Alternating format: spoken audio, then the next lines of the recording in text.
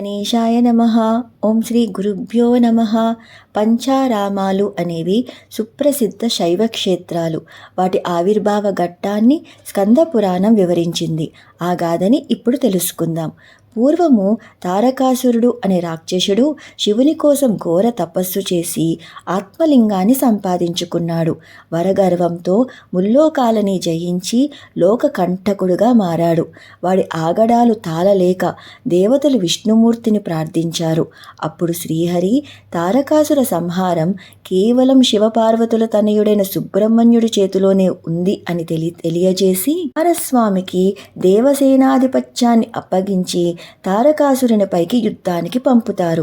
ఆ యుద్ధంలో ముందుగా కుమారస్వామి తన శక్తి ఆయుధంతో తారకాసురుని మెడలో ఉన్న ఆత్మలింగాన్ని ఛేదించి పిమ్మట తారకాసురుని సంహరిస్తాడు. ఆత్మలింగాన్ని ఛేదించే సమయంలో ఆ లింగం 5 ముక్కలై భువియందు 5 చోట్ల పడ్డాయి. అవి ఎక్కడెక్కడ పడ్డాయో అక్కడక్కడ శివలింగాలు వెలిశాయి. అవే పంచారామ క్షేత్రాలు. పంచారామాలు అంటే 5 నివాస స్థానాలు అని అర్థం.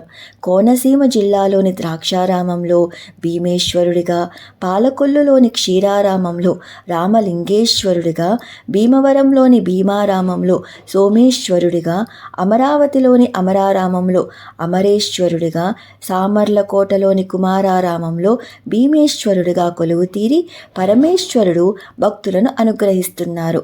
ఇదే పంచారామాల ఆవిర్భావ ఘట్టం. సర్వం శివార్పణమస్తు. స్వస్తి. Thanks for watching. Please do like, share and subscribe. Krishna Sakhi.